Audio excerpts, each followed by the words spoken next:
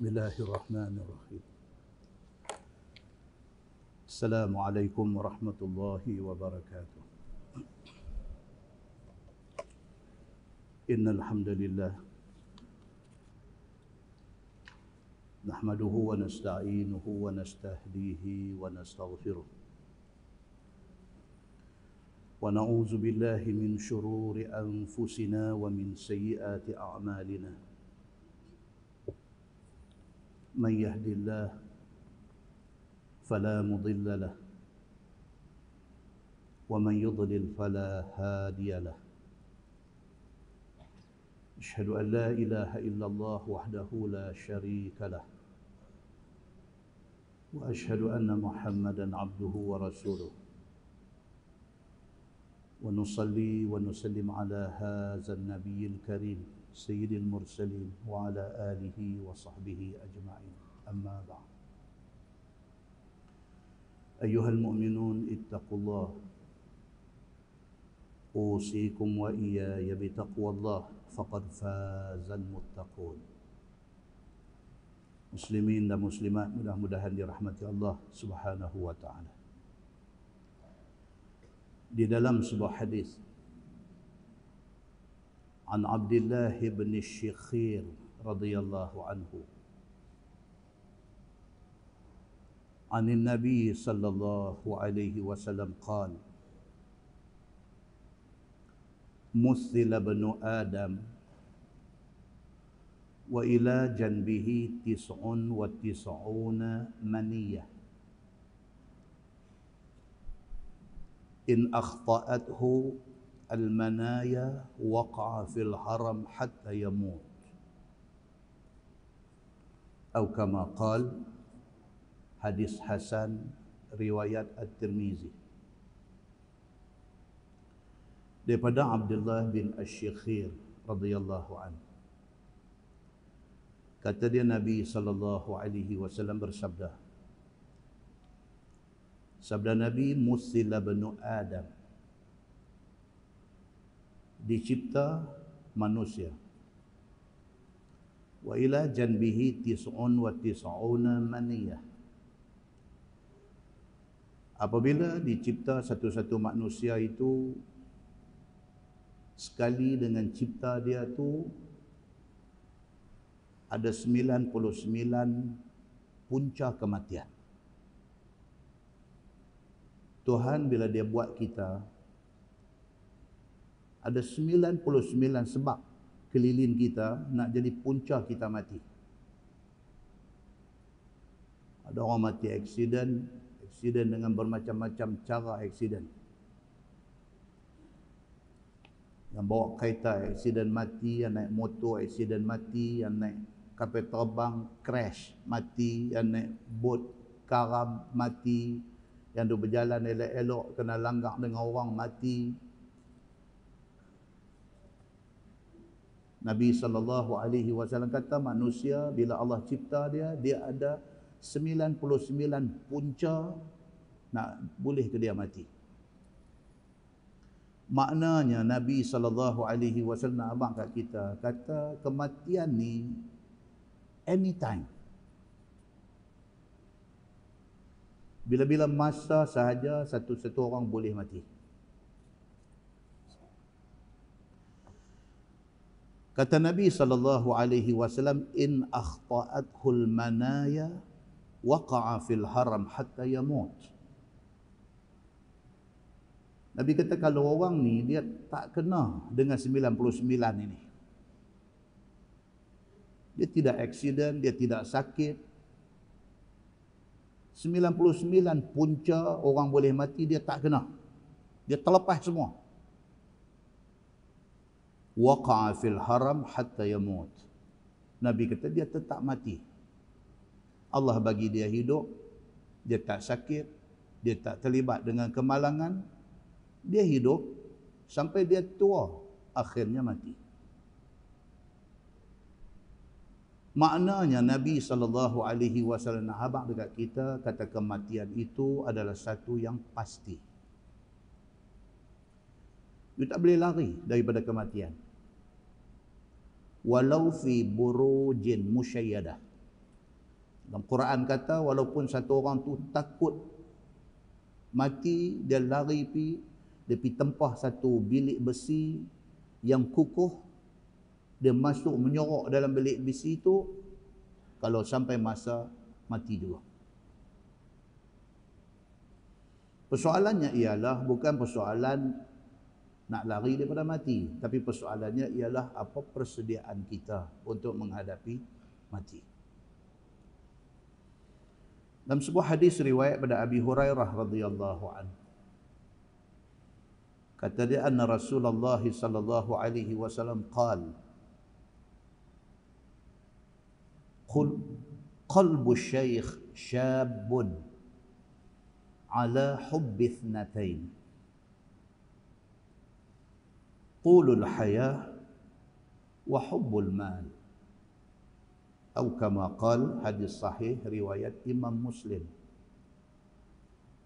Nabi sallallahu alaihi wasallam bersabda, Nabi kata, satu orang tua hati dia mudah dengan dua benda.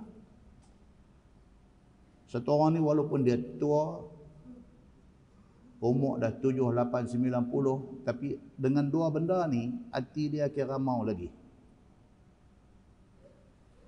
Yang kedua, tulul hayah, dia nak panjang umur. Umur sudah melepasi 90, umur sudah menjangkau 100, duk doa, duk minta panjang umur lagi. Nama kata manusia ni, dia tak mau mati. Satu. Wa hubbul mal, nama kata manusia ni dengan harta tak tolak. Dia cukup syok dengan harta ni. Dia boleh buat sebulan 3,000, dia nak 5,000, dia boleh buat 5,000, dia nak 10,000, dia boleh buat 10,000, dia nak 20,000, dia nak 50,000, dia nak 100,000, dia nak 500,000 sebulan, dia nak 1 juta sebulan. Alhaakumut takathur hatta zurtumul maqabir. Tuan kata celaka orang yang macam ni, yang at-takathur, suka nak banyak. Bila dia akan berhenti daripada sifat suka nak bagi banyak harta? Hatta zurtumul maqabir, bila dia sampai di lubang kubur, baru habis. Muslimin dan muslimat yang dirahmati Allah sekalian, dalam sebuah hadis riwayat daripada Abi Hurairah radhiyallahu anhu, kata dia, qala Rasulullah sallallahu alaihi wasallam, a'maru ummati ma baina as-sittin ila as-sab'in, wa aqalluhum man yajuzu zalik, atau kama qala, hadis hasan riwayat At-Tirmizi. Sabda Nabi sallallahu alaihi wasallam, Nabi kata, umur umat aku antara 60 ke 70. Umur kita ni ramai antara tu lah, 60, 70 habis. Wa aqalluhum man yajuzu zalik, Nabi kata, tapi sikit saja yang boleh melepasi 70. Daripada bilangan seluruh rakyat Malaysia yang boleh hidup sampai lebih daripada 70 ni korang. Hak ramai ni 60-70. Muslimin dan muslimat yang dirahmati Allah sekalian. Dalam sebuah hadis riwayat daripada Abi Ishaq radhiyallahu anhu, kata dia, kuntu jalisan ma'a Abdullah ibn Utaibah, kuntu jalisan ma'a Abdullah ibn Utbah, fadzakaru sini Rasulillah sallallahu alaihi wasallam, faqala ba'dul qaum, kana Abu Bakrin akbar min Rasulillah sallallahu alaihi wasallam. Qala Abdullah, qubida Rasulullah sallallahu alaihi wasallam wa huwa ibnu 63. Wa mata Abu Bakrin wa huwa ibnu 63 wa qutila Umar wa huwa ibnu 63 atau kama qala, hadis sahih riwayat Imam Muslim. Kata Abu Ishaq ini tabi'in, dia bukan sahabat Nabi, dia daripada kalangan tabi'in, dia wafat tahun 128 Hijrah. Dia kata satu hari aku duduk dengan satu lagi tabi'in yang bernama Abdullah bin Utbah. Dia ni pun tabi'in juga, dia bukan sahabat Nabi, dia wafat tahun 74 Hijrah. Cuma senior dengan junior. Abu Ishaq kata dia duduk sama dengan Abdullah bin Utbah. Fadzakaru sini Rasulullah sallallahu alaihi wasallam, sembang satu tajuk cerita tentang umur Nabi sallallahu alaihi wasallam. Semua orang setuju kata Nabi wafat umur 63. Semua orang setuju. Cumanya faqala ba'dul qaum, ada sebahagian kata kana Abu Bakrin akbar min Rasulillah sallallahu alaihi wasallam. Dalam ramai-ramai duduk-duduk tu ada seorang kata, dia kata Sayyidina Abu Bakar masa dia mati umur dia lebih tua daripada Nabi. Nabi wafat 63. Tapi ada satu orang kata, dia kata masa Sayyidina Abu Bakar mati umur Sayyidina Abu Bakar lebih daripada tu. Dia lebih senior, dia lebih tua daripada Nabi sallallahu alaihi wasallam. Qala Abdullah, maka Abdullah bin Utbah, dia ni alim besar. Dia kata qubida Rasulullah sallallahu alaihi wasallam wa huwa ibnu 63. Dia perbetul fakta ni. Dia kata Nabi sallallahu alaihi wasallam wafat umur 63. Wa mata Abu Bakrin wa huwa ibnu 63. Dan Sayyidina Abu Bakar juga meninggal ketika umur dia 63. Dia kata kalau hang kata Abu Bakar mati umur lebih tua daripada Nabi, tak betul. Nabi wafat umur 63, Sayyidina Abu Bakar pun meninggal umur 63. Wa qutila Umar wa huwa ibnu 63. Demikian juga Sayyidina Umar, waktu dia kena bunuh, Umar mati kena bunuh. Waktu dia kena bunuh, umur dia juga 63. Tiga sahabat ni meninggal umur 63. Nabi pun meninggal 63, Abu Bakar pun 63, Sayyidina Umar pun 63. Muslimin dan muslimat yang dirahmati Allah sekalian. Tu yang kata bila satu orang lahir ke dunia ni ada 99 penyebab dia nak mati. Kalau tak mati kerana sakit, mati aksiden. Kalau tak mati aksiden, mati kena bunuh. Kalau tak mati kena bunuh, mati silap makan ubat. Ada juga. Saja nak jadi punca, nak jadi kepada sebab dia meninggal ni, silap makan ubat. Yang pentingnya apa? Tuhan dah tulis dah kontrak dia berakhir bila, sampai pada tarikh itu kontrak dia akan tamat. Muslimin dan muslimat yang dirahmati Allah sekalian. Satu benda yang kita tak tahu, kebanyakan kita tak tahu. Nabi SAW wafat umur 63. Okey. Jenazah Nabi, yang ni ramai orang tak tahu. Jenazah Nabi SAW tidak disalatkan secara berjemaah. Kita duk ingat, kalau hari ni ada orang alim, ulama mati, sembahyang melimpah masjid, kalau Nabi tak tahulah lagu mana punya ramai orang sembahyang jenazah dia. No. Nabi SAW wafat, jenazah Nabi tidak disembahyangkan secara berjamaah. Imam Asy-Syafi'i tulis di dalam kitab dia Kata Imam Asy-Syafi'i, dia kata sallan nas ala Rasulillah sallallahu alaihi wasallam afradan la ya'ummuhum ahadun wa dhalika li'azmi amri Rasulillah sallallahu alaihi wasallam. Kata Imam Asy-Syafi'i, dia kata sallan nas ala Rasulillah sallallahu alaihi wasallam afradan la ya'ummuhum ahadun wa dhalika li'azmi amri Rasulillah sallallahu alaihi wasallam. Wa dhalika li'azmi amri Rasulillah sallallahu alaihi wasallam. Wa dhalika li'azmi amri Rasulillah sallallahu alaihi wasallam. wa tanafusuhum fi alla yatawalla al-imamah fi salah alaihi wahid. Ini tulisan Imam Syafi'i di dalam Al-Um. Al-Um ni apa tuan-tuan? Kitab Imam Syafi'i hak paling besar. Kata Imam Asy-Syafi'i, dia kata sallan nas ala Rasulillah sallallahu alaihi wasallam afradan.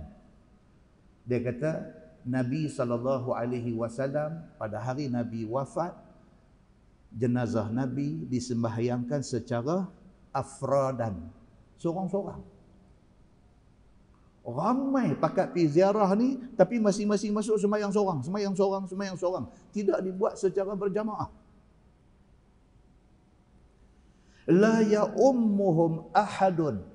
Imam Syafi'i kata, tidak ada seorang pun yang menjadi imam kepada mereka yang ada tu. Wa dzalika li'azmi amri Rasulillah sallallahu alaihi wasallam. Imam Syafi'i kata pasal apa jadi lagu tu? Pasal masing-masing rasa terlalu besar tugas nak menjadi imam sembahyang mayat Nabi sallallahu alaihi wasallam. Masing-masing rasa tak layak. Kerana besarnya Nabi sallallahu alaihi wasallam dalam hati sahabat ni. Kata Imam Asy-Syafi'i. Wa tanafusuhum fi alla yatawalla al-imamah fi salah alaihi wahid. Imam Syafi'i kata sahabat-sahabat ada masa tu, daripada Sayyidina Abu Bakar, Sayyidina Umar, Sayyidina Osman, Sayyidina Ali, semua sahabat ada Abdul Rahman bin Auf, semua ada ni berlumba-lumba untuk tak mau jadi imam. Berlumba-lumba, bukan berebut nak jadi imam, pakat tak mau. Kata Imam Asy-Syafi'i pasal apa? Pasal besarnya Nabi sallallahu alaihi wasallam. Cek lagi apa kata imam-imam lain. Kata Al-Qurtubi, tuan-tuan, dia ada satu kitab tafsir dia, tafsir Al-Qurtubi. Kata Al-Qurtubi, semua sahabat tak mau jadi imam, pasal masing-masing nak ambil berkat seorang-seorang semayang jenazah Nabi sallallahu alaihi wasallam. Tidak mau share benda ni dengan orang lain. Itu kata Al-Qurtubi. Ni semua boleh rujuk, dia ada dalam kitab-kitab depa. Al-Qurtubi, kitab dia Al-Jami' li Ahkamil Quran. Dalam kitab tu juzuk 4 muka surat 225. Al-Qurtubi tulis macam tu. Syekh Utsaimin Saudi, dia kata apa? Jenazah Nabi sallallahu alaihi wasallam disolat secara individu, seorang-seorang. Pasal apa? Pasal sahabat tak mau ada siapa depan depa ketika sembahyang. Masing-masing ni nak sembahyang menghadap Nabi aja, tak mau ada siapa selang duduk depan. Itu kata Syekh Utsaimin, ahli fatwa Arab Saudi. Al-Buhuthi Al-Hambali, dia kata apa? Yang pergi jadi macam tu pasal apa? Pasal masing-masing terlampau hormat kepada Nabi sallallahu alaihi wasallam. Maka tak mau siapa naik nak mendahului orang lain. Masing-masing kira rasa dia tak layak untuk nak jadi imam jenazah Nabi sallallahu alaihi wasallam. Sedangkan masa hayat Nabi, Nabi tunjuk bila ada kematian, ada imam, ada makmum. Semua orang buat. Walaupun Nabi tak jadi imam, sahabat naik jadi imam, ada makmum duduk di belakang. Bila mai Nabi sallallahu alaihi wasallam wafat, tidak disembahyangkan secara berjamaah. Muslimin dan muslimat yang dirahmati Allah sekalian. Begitu sekali para sahabat Nabi ridwanullah alaihim ajma'in memuliakan Nabi sallallahu alaihi wasallam. Baik. Dalam sebuah hadis riwayat daripada Abi Hurairah radhiyallahu anhu, kata dia an Rasulillah sallallahu alaihi wasallam, fa dzakara ahadits minha فذكر أحاديث منها وقال رسول الله صلى الله عليه وسلم لا يتمنى أحدكم الموت ولا يدعو به من قبل أن يأتيه إنه إذا مات أحدكم انقطع عمله Wa innahu la yazidul mu'min umruh illa khaira. Daripada Abi Hurairah radhiyallahu anhu, dia kata Nabi sallallahu alaihi wasallam ada banyak hadis, dia kata. Minha, di antaranya sabda Nabi sallallahu alaihi wasallam, la yatamanna ahadukumul maut. Banyak-banyak hadis Nabi ni, ada satu hadis Nabi kata, jangan ada siapa di kalangan hampa yang duk bercita-cita, duk pasang angan-angan nak mati. Tak mahu. Walau sakit teruk macam mana pun, walau Allah uji dengan apa musibah sekalipun, Nabi kata tak mahu ada ingat dalam hati, aku ni biar mati barulah senang, tak mahu. Wala yad'u bihi min qabli an ya'tiyah. Dan Nabi kata jangan ada siapa duk minta doa kepada Allah supaya dia mati sebelum masa dia. Kita tak tahu bila kita nak mati. Kita tak boleh minta supaya mati awal, tak boleh. Kita serah dekat Tuhan. Bila Tuhan kata sampai masa kita, kita pergi. Innahu idza mata ahadukum inqata'a amaluh. Nabi kata jaga baik-baik. Cerita mati ni ialah cerita terputus amalan. Kan dalam Quran Tuhan kata wa ma khalaqtul jinna wal ins illa liya'budun. Tuhan tak buat kita melainkan Tuhan nak kita beribadah. Kita jadi abdi dia. Maknanya hidup kita ni daripada celak mata pagi sampailah kita nak pejam mata tidur malam sat lagi, kita kena fikir apa ibadah, apa amalan yang kita nak buat untuk kita bawa balik waktu menghadap Allah. Itu tujuan Allah buat kita, bukan dia suruh kita pergi buat benda lain. Dia nak suruh kita daripada buka mata pagi fikir apa lagi benda baik yang aku boleh buat. Dan kita kena ingat, bila mati bermakna peluang kita untuk buat amalan sudah habis. Tuan-tuan, bukan kata mati, sakit pun dah tak dapat peluang dah. Nak buat macam orang sihat. Teringin nak buat ni banyak benda, tapi sakit menghalang daripada buat. Kalau buat pun tak boleh buat sempurna. Kita tengok orang duduk semayang, boleh qiyam, boleh rokok, boleh sujud. Kita tak boleh. Pasal apa? Pasal sakit. Duk teringat dalam hati, kalaulah aku sihat, kalaulah aku sihat. Tak boleh dah, pasal sakit. Tak boleh buat dah macam orang sihat boleh buat. Tumpang sihat, buat. Jangan tak buat. Dan mati itu adalah full stop. Kita tak boleh buat apa dah. Bila kita mati, terkeluar aja nyawa, habislah kita. Tak boleh buat apa dah. Bila terkeluar aja nyawa, kita tunggu oranglah buat kat kita. Maka Nabi SAW kata ingat. Nabi kata, idza mata ahadukum inqata'a amaluh. Bila mati, cerita dia, amal apa pun tak boleh buat dah. Wa innahu la yazidul mu'min umruh illa khairah. Nabi kata, tapi mau ingat, sepatutnya orang yang beriman itu bertambah umur, mesti bertambah amalan. Itu orang beriman.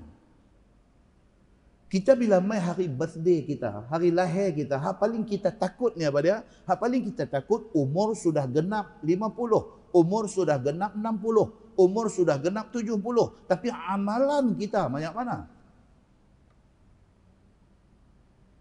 Bila sambut birthday ni bukan cerita nak beli kek. Bila sambut birthday ni bukan cerita nak keluar pergi open table dengan orang. Bukan itu cerita dia. Tapi bila sambut birthday ni, mau duk takut. Duk takut apa? Umur aku makin naik. Amal aku banyak mana?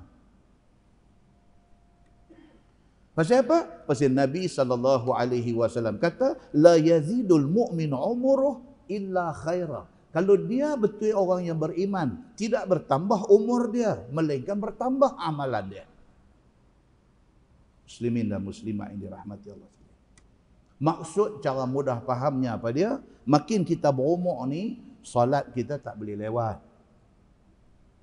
Makin kita berumur ni, solat kita kena buat berjemaah. Makin kita berumur ni, solat kita kena banyak. Solat sunat kita kena lebih daripada kita tahun lepas. Kena lebih daripada kita 10 tahun dulu. Kena lebih daripada umur kita 30 dulu. Bila umur kita yang dua ada hari ini, kita kena buat lebih segala sembahyang sunat. Qabliyah subuh jangan tinggal dengan umur yang dua ada kat kita lah ni. Qabliyah subuh ni by hook or by crook, jangan tinggal. Sebab Nabi SAW kata 2 rakaat sebelum sembahyang subuh tu besarnya pahala dia lebih besar daripada apa yang ada dalam dunia dan segala isi dia. Kita jangan rasa cukup, kita jangan rasa okey dengan kerana kita buat sembahyang subuh. Kita kena buat qabliyah subuh. Pasal apa? Pasal umur kita hari ni bukan macam kita 5 tahun lepas, bukan macam kita 10 tahun lepas. Umur kita hari ni kena buat, kena cari lagi apa ruang yang boleh buat. Kita nak buat, kita nak buat, kita nak buat. Kita nak kurangkan bercakap yang tidak berfaedah, tapi kita nak tambah amal untuk kita di hari akhirat.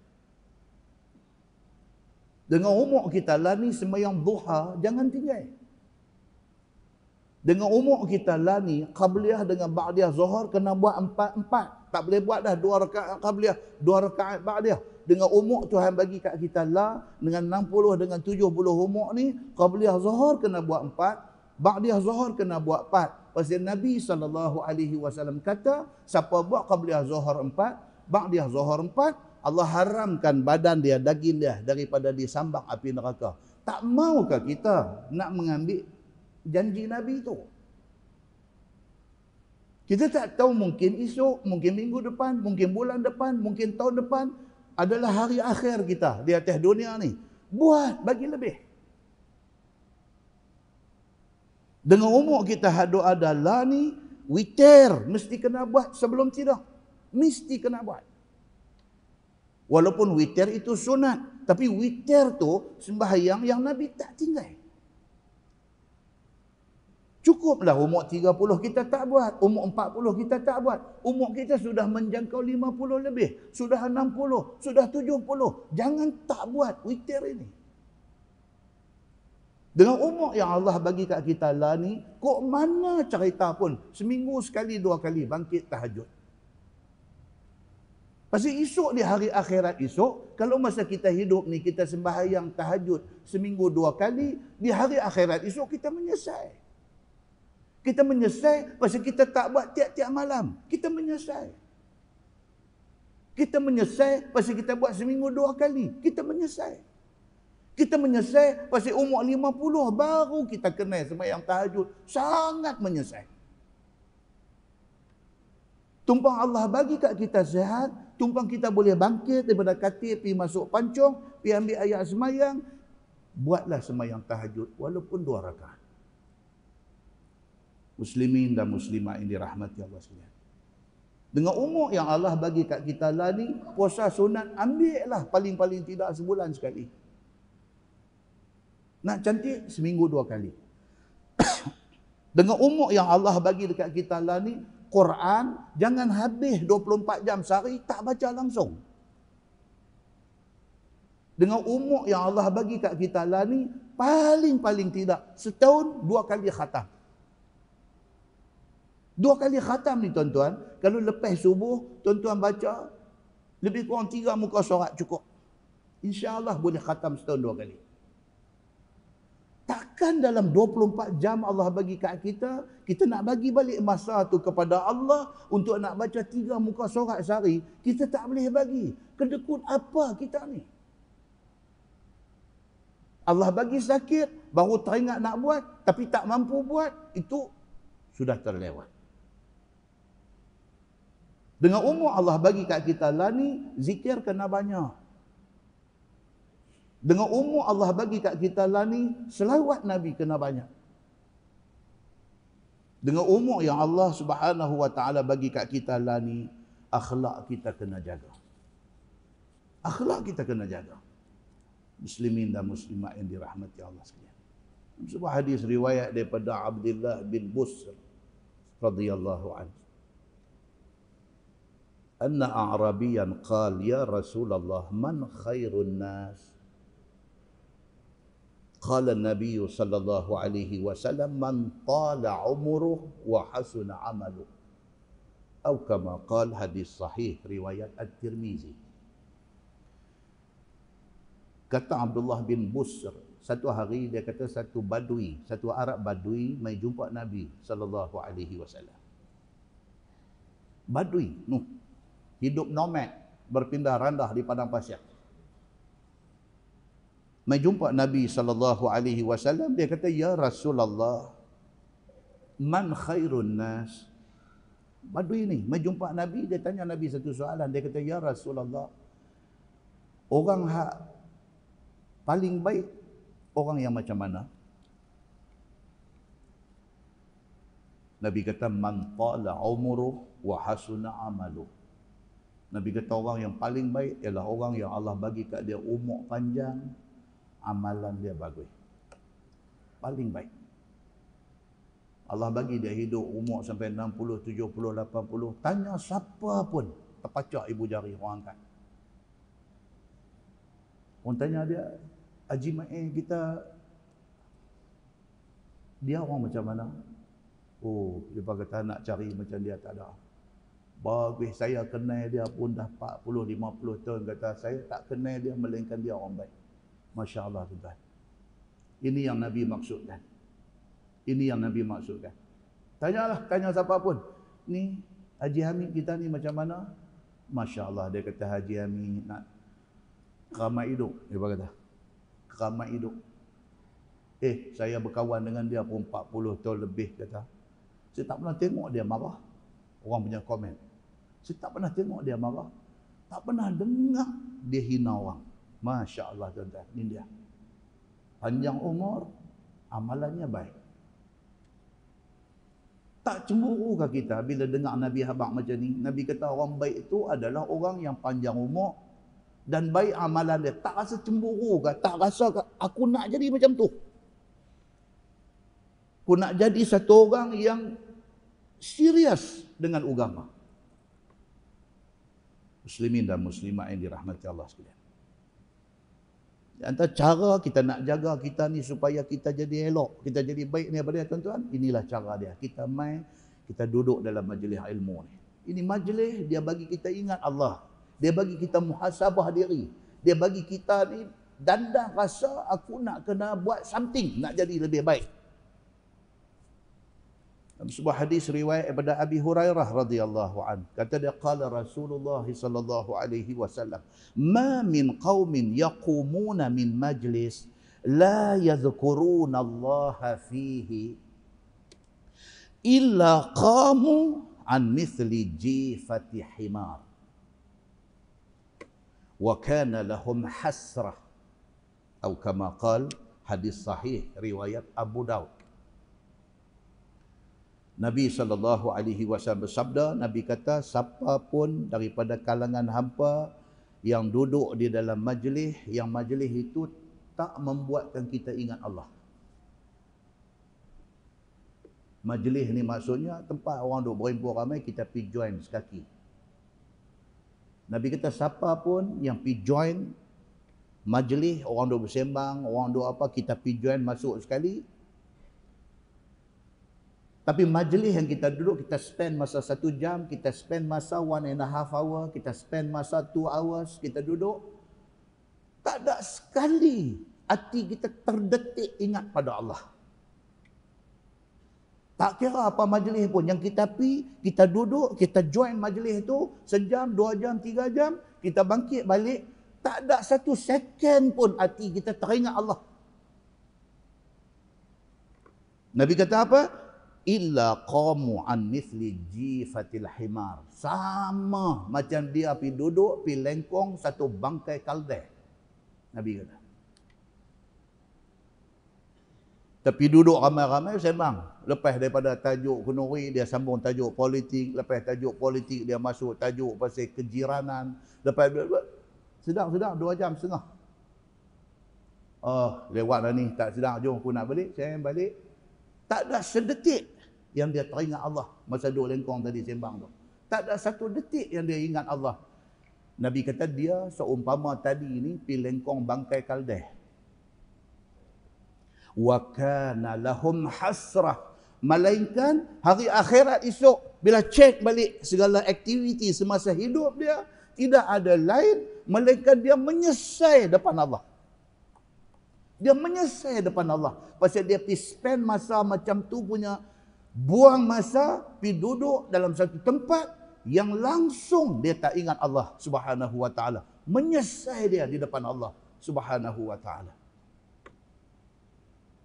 Jadi tuan-tuan, kita buat keputusan tu nak main, nak duduk dalam majlis ilmu di masjid ni, ini keputusan orang bijak, keputusan orang cerdik. Pasal apa cerdik? Pasal kita bawa bekal balik di negeri yang duit ringgit tak ada guna. Kita cari duit berkepui di atas dunia ni, dalam akaun ada million-million. Kita balik di sana, kita balik tangan kosong, tak ada apa. Menyesal kita di depan Allah, sesal yang tak ada guna. Mudah-mudahan mukadimah itu memberi manfaat kepada kita, insya-Allah. Kita menggunakan tafsir Nurul Ihsan jilid 1. Tafsir Nurul Ihsan jilid 1.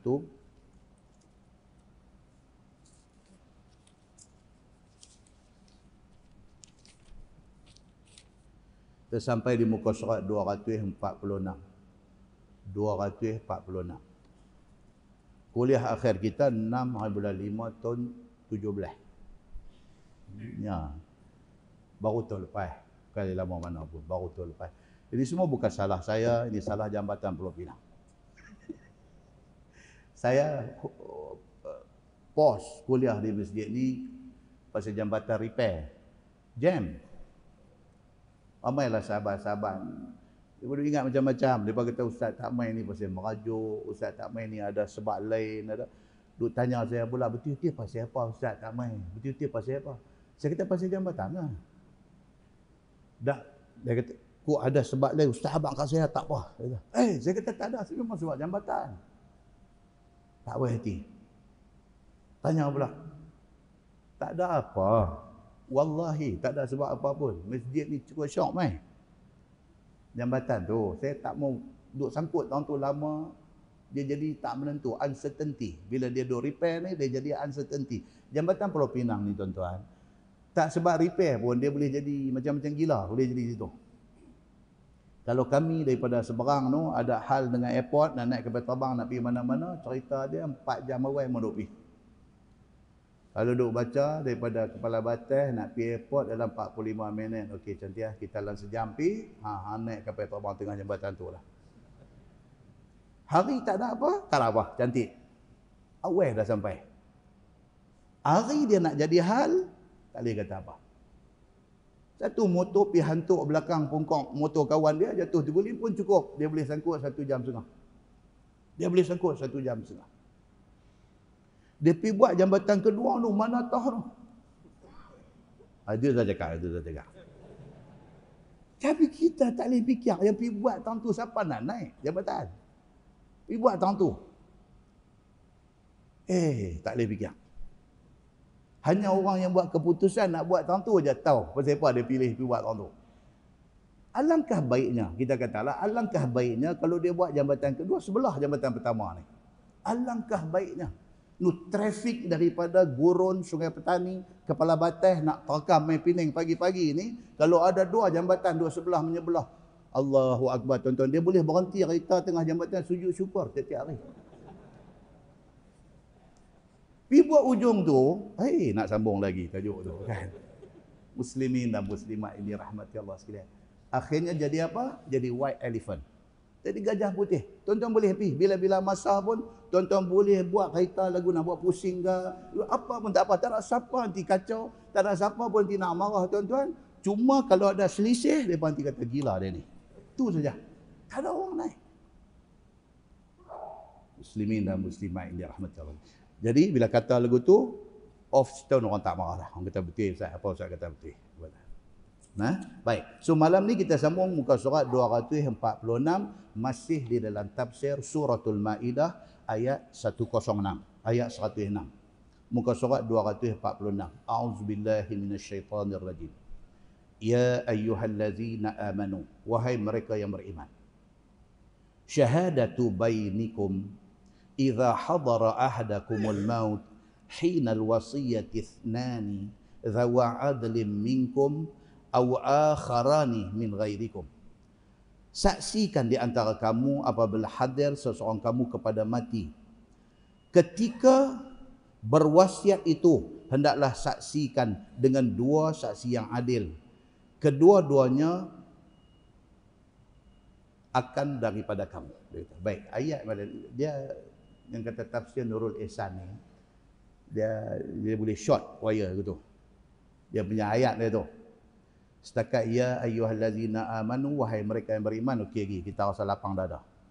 Biar dia mai syahadatu bainikum idza hadara ahadakumul maut hinal wasiyatu thnani dzawa adlin minkum aw akharani min ghairikum. Dia terjemah tu. Dia kata saksikan antara kamu apabila hadir seorang kamu kepada mati. Ketika dia nak berwasiat itu, hendaklah saksikan dua saksi yang adil keduanya akan kamu. Kalau tak kena gaya, dia terbit asap buat telinga ni. Dia nak abang apa ni? Dia nak abang kata, kita dianjurkan suruh buat wasiat. Sebelum mati, buat wasiat. Tu je dia nak abang. Islam menganjurkan supaya kita buat wasiat sebelum mati. Supaya lepas mati, kurang pergeseran di antara keluarga yang ditinggalkan. Sebab hari ini tuan-tuan, banyak pihak duk menawarkan khidmat tulis wasiat supaya tak jadi riuh rendah bila mati. Tuan just bayangkan, kita ada simpanan duit sikit sebanyak. Okey. Punya bagusnya kita ni, duit kita ada dalam bank mana pun, bini pun tak tahu. Punya bagusnya kita ni. Duit tak banyak mana pun, tapi simpan dalam 3 bank. 3 bank. Dalam Maybank ada, dalam Public Bank ada, Bank Simpanan Nasional ada satu. Sijil premium kok boleh pakai BMW. 3. Tak ada satu akaun yang bini kita tahu. Dia pun tak tahu kita simpan di bank mana. Kita punya ATM card pun dia tak tahu pin code nombor berapa. Cerita dia, hang nak pakai duit minta kat aku rasa patut bagi, aku bagi, aku rasa tak patut, aku tak boleh, habis. Duit abang ada banyak mana? Bukan kerja hang nak tanya. Ni abang punya pin number berapa, itu aku punya hal, hang tak payah tahu. Lagu tu punya abang. Naik motor gedebuk kata kena langgar dengan kereta Grab apa ke, jatuh terguling, habis humuk. Grab langgar, habis humuk. Tuan-tuan, bini tak tahu apa. Belum cerita duit yang ditinggalkan nak difaraid, tu cerita lain ni. Belum cerita nak faraid lagi, cerita duit ada banyak mana, duduk dalam bank apa, ATM card, bila dia mati ambil tengok, tahu ATM card tapi tak tahu nombor berapa. Tuan-tuan boleh bayang dah apa punya satu masalah dia ditinggal kat keluarga dia. Semua tak tahu apa. Bini pula tak kerja, duduk di rumah mengasuh anak, bini pun tak tahu apa. Daripada sekecil-kecil benda, nak bayar bil api, bil air, bini dia tak tahu. Sampailah kepada hal besar, laki dia ni apa ada, bank mana simpan duit, ada EPF ke ada apa, siapa penama yang laki dia, apa pun bini tak tahu. Dan bini ni, lesen kereta pun tak ada, apa pun tak ada. Yang ada lesen kereta pun, dia tak bagi bini dia bawa kereta, nak buang minyak pun tak erti. Nak buang minyak pun tak erti. Ni bini tinggal ni. Tuan-tuan boleh bayang tak berapa punya pokok hujan duk tinggal dekat bini dia ni. Dia mati dah, selamat pergi dah. Ni hak tinggal ni. Dengan anak nak pergi sekolah, dengan nak mengaji, dengan duit nak pergi cari mana. Berapa punya masalah duk ada. Yang heran tu, yang dia tak bagi tahu kat bini tu pasal apa? Bini bukan boleh menikah 2. Hang tu sungguhlah boleh menikah sampai 4. Bini bukan boleh menikah 2 pun. Hang punya duk sorok benda ni, tak bagi tahu dekat dia, tak akan jadi susah dekat dia. Muslimin dan muslimat yang dirahmati Allah sekalian. Maka Islam mai dengan satu nasihat, suruh supaya orang Islam ni buat wasiat. Kalau wasiat pun disuruh buat, hak lain-lain ni lebih lagi lah. Kalau online banking ada, bini kena tahu. Dia punya username apa, dia punya... Semua kena beritahu kat dia. Bagi tahu. Kita simpan dalam bank mana, ada berapa duit. Oh, abang dia, update dia. Ni, duit aku ni tinggal RM3.50 ni. Dia kata RM3.50, abang tak apa. Abang pun tak nak guna. Kan? Tapi abang, benda-benda ni semua kena abang. Pasal tak mau masalah. Maka Islam mai dalam ayat kita baca ni cerita pasal wasiat. Wasiat ni juga adalah satu mekanisme untuk nak mengurangkan masalah selepas mati. Muslimin dan muslimat yang dirahmati Allah sekalian. So Islam bagi tahu apa? Dia kata dalam hal nak menulis wasiat ni kena ada saksi. Kena ada saksi. Tuan-tuan, kita duduk dalam Pulau Pinang ni. Di antara masalah besar dalam Pulau Pinang ni masalah apa?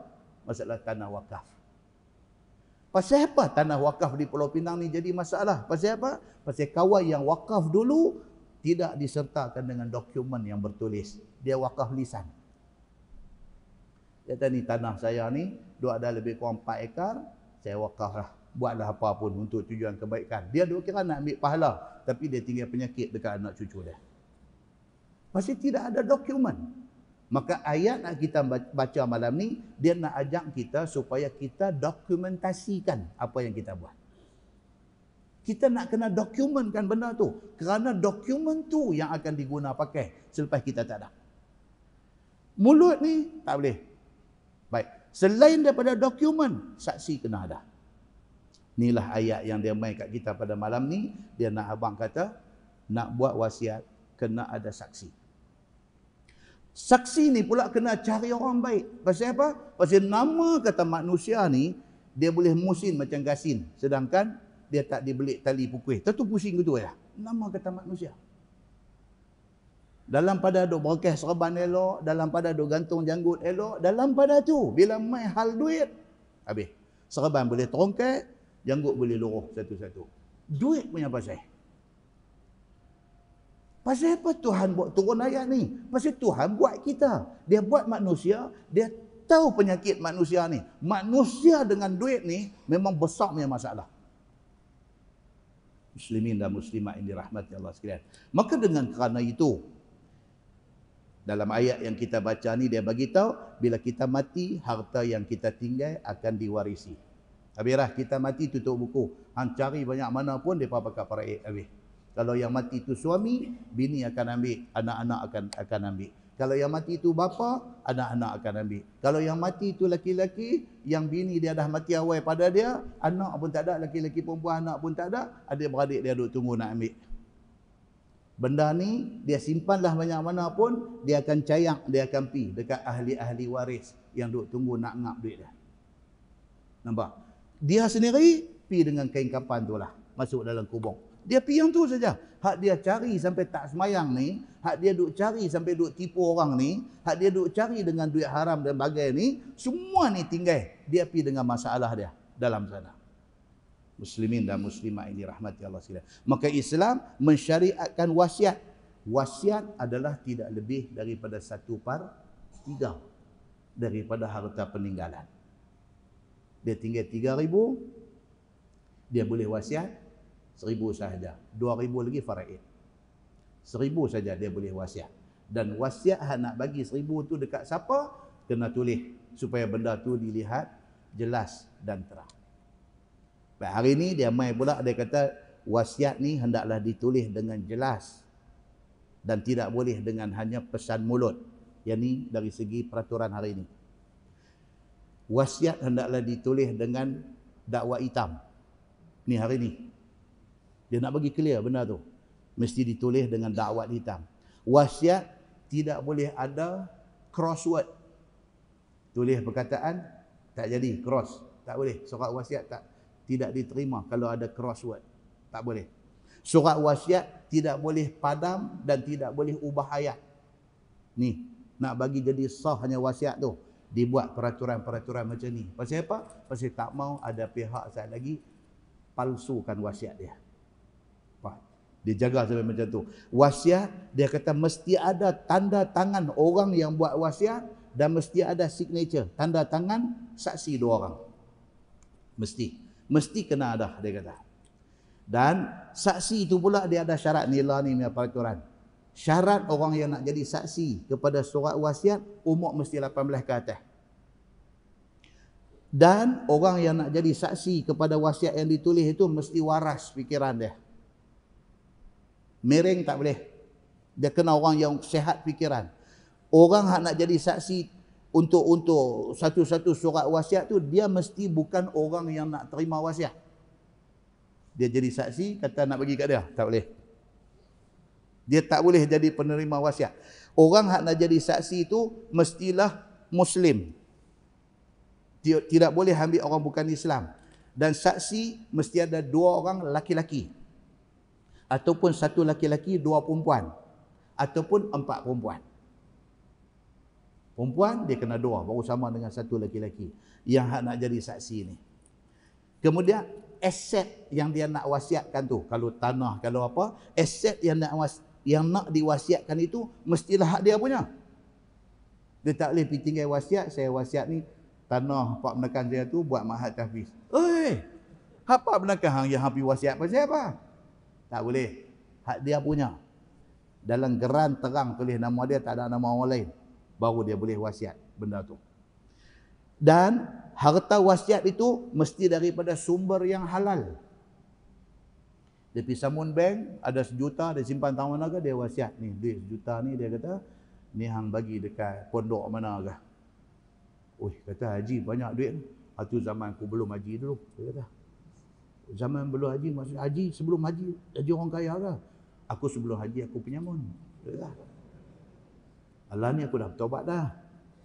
Jadi harta tu, harta aku samun dulu. Dia kata, ambil, bagi kat mereka buat pondok. Dia kata, mudah-mudahan kesalahan aku ditebus. Tak boleh. Wasiat tidak boleh buat dengan harta haram yang dapat daripada sumber haram. Surat wasiat pula mesti disimpan di tempat yang selamat. Tempat yang tidak memungkinkan ada orang boleh pergi ambil dan palsukan isi kandungan surat. Macam tu detail. Itu pecahan kepada suruhan wasiat yang kita baca dalam ayat 106 surah Al-Ma'idah. Nampak? Ini dari segi pentadbiran. Islam sebut macam tu ya, wahai orang-orang yang beriman, kalau kamu nak buat wasiat, cari 2 orang yang dipercayai. Quran abang banyak tu ya. Kemudiannya undang-undang wad'i, undang-undang yang dicipta oleh manusia ni tambah untuk nak kemaskini benda tu. Ada orang tanya, Ustaz, kalau kita tak mau ikut yang ni tak apakah? Ikutlah. Benda-benda undang-undang yang dicipta untuk kebaikan ni kena ikut. Sama macam traffic light. Merah, kuning, hijau. Ustaz, kalau saya langgar traffic light tak apakah? Itu bukan dalam Quran traffic light. Dia kata, bukan kata hadis sahih, hadis palsu pun tak ada cerita pasal traffic light. Dia kata, dengan kerana tu saya nak langgar. Langgar lah, saya kena langgar dengan lori ke apa ke, borang ada akal. Undang-undang tu manusia buat, tapi untuk kebaikan. Satu orang telefon saya, dia kata, Ustaz, alah Ustaz, saya betul serabut ni, kata. Apa siapa? Saya lah dengan kerja tak ada, dia duduk main macam tu. Kerja tak ada, dia kata dengan alah, dia kata dengan anak bola ni dengan hak duk masuk kolej apa semua nak pakai duit dengan kita, kerja tak ada dengan saya, hutang banyak Ustaz dengan apa. Tak perlu dengar duk nampak pokok hujan dengan apa, dengan ribut mongkut. Duk main lah. Kita kata ni apa dia nak pergi masuk lorong mana ni. Rupanya hak dia anak abang tu belain dengan hak dia abang mula ni, hak tu baru mukadimah. Hak dia anak abang ni apa dia? Dia kata dengan bini ni pun satu hal. Tu hak dia anak abang. Yang tu dia panggil subject matter. Dia punya subject matter dia tu. Tapi dia cerita latar belakang dulu. Okey. Bini ni pun satu serabut. Dia tak mau nak faham kita punya masalah. Dia kata, kita dengan kerja dah tak ada. Kita dengan duit tak ada. Kita dengan hutang banyak. Dengan anak-anak nak pergi mengaji semua. Nak pakai duit. Dengan apa? Kita punya serabut alam. Dia kata, dia tambah lagi satu alam. Kita dengan serabun alam, dengan dia dah buat tak faham. Dia kata, Ustaz, jadi cerita nak abang ke Ustaz ni, nak abang dan nak tanya. Nak abang, saya dah pernah cerai dia 2 kali. Allahu Akbar, kita kata. Lepas itu saya buh sekali lagi lah. Allah, kata, macam mana tu? Pasal tadilah dia patah balik cerita hangat tadi. Dia buat tak faham lah apa-apa semua. Saya kata kat dia, hang keluar daripada rumah ni, hang nak balik pergi rumah mak hang, nak pergi cerita aku punya masalah semua, hang keluar daripada pintu rumah, aku bagi kau satu lagi. Dia keluar Ustaz, dia kata. Dia keluar. Dia galah beg, dia keluar pergi lagu tu ya Ustaz. Ni saya ni, kita ada masa tu kita dengan Taufan Mongkut. Ni bila kita dah reda elok, kita pun telefon dia lah, hang mai lah balik. Dia kata nak balik apa lagi? Kita dah 3 dah. Hari tu abang dah bagi 2 ni, abang buah lagi 1. Dah 3 dah, mana boleh dah. Saya tak boleh balik dah kawan. Yang ni serabut Ustaz, dia kata. Saya kata memang serabut sungguh lah kalau jadi lagu tu. Nampak tuan? Agak-agak tuan-tuan lah, cerita ni benar ke saya reka? Cerita benar tuan-tuan. Dia tu hak telefon. Hak tak telefon ni berapa banyak punya duk ada kes seumpama tu. Habis Ustaz ni macam mana nak kira ni? Takkan nak kira 3 kot. Ada setengah orang dia faham kata, bila jadi ustaz, dia ada satu power. Boleh bagi kata, okey lah, hang pasal tak apa. Kira tak jatuh lagi. Dia ingat ustaz ni ada satu power macam tu. Dia dah tahu dah benda ni, jatuh 3 apa, dia dah tahu benda ni. Tapi dia tanya ustaz ni, dengan harapan ustaz ni ada satu power yang boleh guna. Ustaz ni kata, siapa dia ni? Kalau ustaz pun kenal saya, kita dah biasa jumpa apa-apa. Oh, kenal, betul tak? Okeylah, tak apalah macam tu kalau kita, okeylah, tak payah tu ha. Dia ingat ustaz boleh bagi macam tu. Ustaz tak boleh. Ustaz cuma boleh habang apa yang Allah, apa yang Nabi habang. Yang tu saja. Ustaz tak ada power, tak ada kuasa-kuasa khas untuk nak bagi benda-benda macam ni. Tak boleh. Bila kita kata tak boleh, dia ambil satu roundabout baru pula. Dia kata apa? Dia kata, Ustaz, tapi macam saya, 2 kali cerai lupa saya tak report pejabat agama. Dia kata. Dia mula. Akal tu dah main. Saya tak report. Dia kata 2 kali hari tu pun saya tak report. Jadi dia kira macam mana Ustaz? Macam kita tak report, dia kira dia tak kira kan? Saya kata kira. Saya kata dia kira. Tak, tapi dia kata ni macam okey, dia kata. Okey ni tak tahu banyak kali. Okey. Dia kata macam kalau orang hak duk bercerai ni, depa tak pergi report pejabat agama ni, kira tak apa ke Ustaz? Kita tak ada jawab lagi, dia tambah satu lagi. Dia kata ada cerita macam duk pergi report ni pejabat agama apa semua ni, bukan agama suruh kan. Mengaji, bukan tak mengaji, tapi tak putih 5. Mengaji tak habis. Kita kata, tuan, dia macam ni tuan. Enactment agama negeri ni memang tak ada dalam perintah Quran hadis. Sebahagiannya tidak ada dalam perintah Quran ataupun hadis. Tetapi enactment agama negeri ni digubal untuk nak sistematikkan benda ni. Bila menikah kena daftar, bila cerai kena daftar, supaya tak ada orang-orang yang kepiah longgak dengan paku longgak ni boleh ambil kesempatan atas kelonggaran tu. So kita menikah, kita kena register. Bercerai kena register. Itu yang dia panggil documentation. Pentingnya documentation ni, kerja teratur ni penting. Maka enactment agama ni digubal untuk nak sistematikkan benda ni. Apa yang Allah bagi tahu tu satu ketui, benda asas. Kemudiannya disistemkan dalam bentuk enactment agama. Kena, saya kata bila bercerai pergi report supaya rekod ada di sana, supaya kemudian hari kita tak jadi silap. Jadi hang dah lepas berapa dah talak, hang tak pernah pergi report, hang duk kata baru 1, baru 2, baru 1, hang dah bagi 13 dah. Talak 13 dah dia bagi kat bini dah. Duk sekali lagi, duk tidur bangun dalam rumah tu sekali lagi, duk buat dosa hari-hari. Muslimin dan muslimat ini rahmati Allah sekalian. Sama dengan kes wasiat ni. Dibuat satu peraturan, wasiat ni dia kena macam kita habang tadi, sampai dakwah hitam pun dia habang, sampai jangan tak boleh ada liquid paper apa, semua dia habang habis. Pasal apa? Pasal ini soal documentation, supaya kemudian hari tidak jadi masalah. Contoh kuliah saya ni bila duk terang macam ni, ada kawan komen kot tepi ni, macam tu kuliah lepas komen kot tepi. Dia kata, apalah ustaz ni meleret-leret, melalut-lalut, dia kata.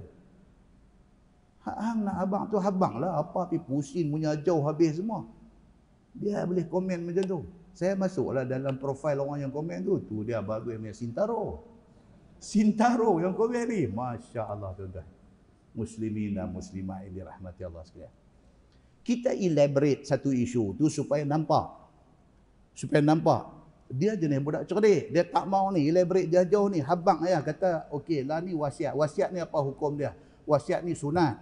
That's it. Dia kata tak payahlah pergi buat cerita sampai enakmen agama negeri, sampai orang bercerai nak kena rekod. Ni semua apa? Dia kata mengarutlah ustaz ni, melalut-lalut. Pada muka saya. Muslimin dan muslimat yang dirahmati Allah.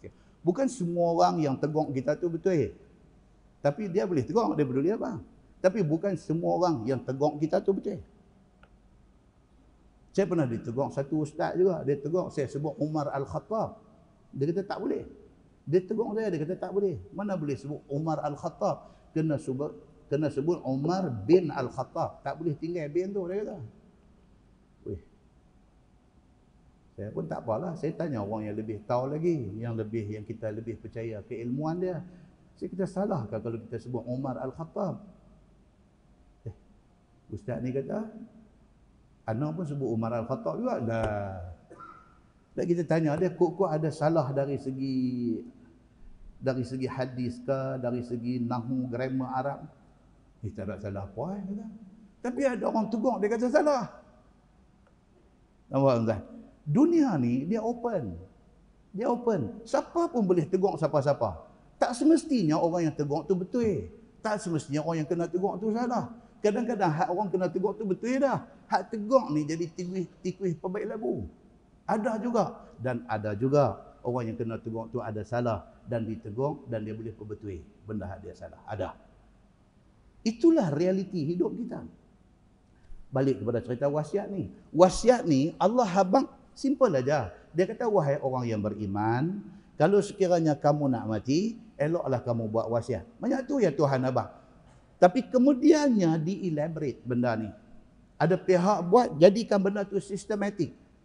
Kalau satu orang nak buat wasiat, dia kena buat proper. Ada surat, dia tulis bagi elok, dengan ayat yang jelas. Kepada siapa dia nak bagi kena jelas. Dan tidak ada unsur-unsur perubahan ataupun modify di dalam surat dan sebagainya. Kemudian kena akhiri dengan dia punya signature dan 2 orang saksi punya signature. 2 orang saksi ni pula dia bagi syarat pula, mesti kena umur 18, mesti kena dia ni waras fikiran. Semua benda ni tidak disebut secara jelas di dalam Quran, tetapi benda ni dibuat untuk nak kemas kini apa yang disebut oleh Allah Subhanahu wa taala di dalam Al-Quran. Macam tu. Baik. So dia kata carilah zawa adlin minkum aw akharani min ghairikum. Carilah 2 orang yang adil ataupun 2 orang selain daripada kamu. Di sini ada 2 tafsiran ulama tafsir. Satu kata selain daripada kamu itu maksudnya selain daripada adik-beradik. Saksi hak nak main sign kata ini wasiat dibuat oleh dia ni, saksi itu sebaik-baiknya adik-beradik. Kalau tak boleh adik-beradik, siapa pun tak apa. Satu tafsiran lagi kata saksi itu orang Islam. Kalau tak ada orang Islam, bagi orang kafir pun tak apa jadi saksi. Ada orang bagi pendapat macam tu. Yang kemudiannya diputuskan orang kafir jadi saksi kepada wasiat itu dimansuhkan. Tidak boleh ambil orang kafir menjadi saksi kepada wasiat. Okey, that's it. Kemudian dia sambung. Dia kata firman Allah, in antum darabtum fil ardi. Ini dia mai pula satu suasana. Jika kamu musafir di satu negeri, fa asabatkum musibatul maut, maka kena akan kamu oleh musibah kematian diri kamu di situ. Kita ni pergi makan angin, cuti banyak hari. Sabtu, Ahad, Isnin, cuti hari Malaysia. Kena hari tu lagi banyak hari. Jumaat, Sabtu, Ahad, Isnin, Selasa, dia rawit sekali. Dengan awal Muharram dia masuk sekali dengan jadi banyak hari. Bila banyak hari, rakyat Malaysia yang kata ekonomi tak apa nak cantik ni, weh, sampai Hong Kong dah. Sampai Hong Kong. Tekat-tekat nak pi Lombok, tekat-tekat nak pi Beras Tagi tu normal. Itu orang Malaysia kira pakai seluar pendek weh. Tak ada apa, dia kata orang Malaysia ni. Tekat-tekat nak pi Lombok pakai seluar pendek, nak ke Batam pakai seluar pendek weh. Okey. Dia ni kemas sikit. Cuti panjang, dia pergi Hong Kong. Hong Kong sudah kena ribut mongkut. Masa dia pergi, ni ayat ni. Ayat ni tak cerita pasal ribut mongkut. Tapi dia kata, in antum darabtum fil ardi, jika kamu musafir kepada satu negeri, fa asabatkum musibatul maut, tiba-tiba dah sampai di situ, kamu ditimpa musibah kematian diri kamu, sampai-sampai kena taufan mongkut di Hong Kong. Dah nak jadi tuan-tuan, depa pergi Mekah baru ni kena juga ribut. Selang setahun dulu pun kena juga ribut. Yang kerin jatuh timpa, yang sampai hari ni Saudi tak bayar lagi tu. Itu satu. Ni tahun ni pun ngam-ngam sampai di Arafah, azan maghrib. Allahu Akbar, Allahu Akbar. Ribut mai. Ngam-ngam azan. Ribut mai. Kemah terbang habis semua. Nampak? Yang tu sikit. Mongkut ni kasar tuan-tuan. Saya baca lah tadi duk cerita pasal mongkut apa semua ni. Tuan-tuan nak dengar? Yang kata mongkut ni dia panggil taufan raksasa. Dia panggil. Ni yang kita 3 hari duk kena hujan ni. Kena ribah ekok lah. Ribut betul ya no. Dia main Filipin, daripada Filipin dia pergi Hong Kong, daripada Hong Kong dia pergi China. Dia main daripada lautan Pasifik, ribut ni. Dia main daripada lautan Pasifik, dia satu kona baring dia buat. Hak ekong tu ribah kita tu, 3 hari hujan. Kena ribah aja. Hak kena dia langgak betul ni, dia panggil taufan raksasa. Dia main daripada arah laut Pasifik Barat, dia buat lintas hormat. Filipin, Hong Kong, China. Dia main. Dia bergerak sejauh perjalanan 900 km. Tuan, mau ingat angin ni apa tuan-tuan? Makhluk Allah. Angin ni makhluk Allah. Yang Allah pernah guna angin ini untuk binasakan kaum yang terdahulu. Hak duk main ni bukan macam hak membinasakan kaum dulu-dulu. Hak duk main ni kira minor. Baru lapis cucu cicit kepada hak main kepada umat dulu aja. Dia main ni, dia bergerak laju tu sejauh perjalanan 900 km. Dia berjalan main tu 900 km.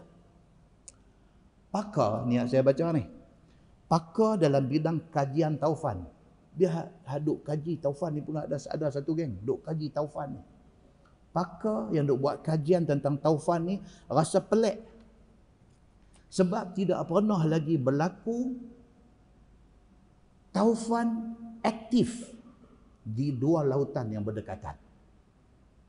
Dia cek tengok lautan Pasifik dengan lautan Atlantik. Duk ada 9 taufan duk berpusing tengah laut ni. Yang tidak pernah mereka jumpa fenomena ini. Selalunya kalau ada di lautan Pasifik, situ sajalah, tak ada. Yang ni di Atlantik, di Pasifik, di Kesan ada 9 taufan duk pusing tengah laut ni. Dia nak tala pergi mana tak tahu. Yang mongkut ni dia mai daripada lautan Pasifik, sekali dia singgah di Filipin, dia bagi ranak. Kita masuk Facebook boleh tengok ni. Gambar-gambar yang daripada dua upload ni cerita tentang ganasnya yang kata taufan mongkut ni. Dia lunyai dah beberapa kawasan di Filipin, dia tala pergi Hong Kong. Daripada Hong Kong kemarin dia menuju ke arah China, ke arah loji nuklear China. China takut. Takut ni pasal dia tuju tu ke arah loji nuklear depa. Dia duk tuju pi. Muslimin dan muslimat yang dirahmati Allah sekalian. Di Filipin 20 jam dia duk menggila dalam Filipin, 20 jam baru reda. Dia gila tak mau keluar daripada Filipin ni 20 jam, hampir 1 hari 1 malam. Lepas tu baru dia punya turun reda, baru dia pergi. Tuan-tuan, bila cerita benda ni, tuan-tuan ingat satu ya, bila kita duk baca Fatihah ni, alhamdulillahi rabbil alamin. Satu alam ni Tuhan kontrol. Maka termasuk di dalam unsur alam ni apa dia? Taufan ni. Dia hantar mai. Pakar kata, bukan ini satu. 9 duk ada di 2 lautan ini. 9 duk ada. Mereka tengok dengan image satellite ni, nampak dia duk pusang ni. Duk ada 9 tempat. Muslimin dan muslimat yang dirahmati Allah sekalian.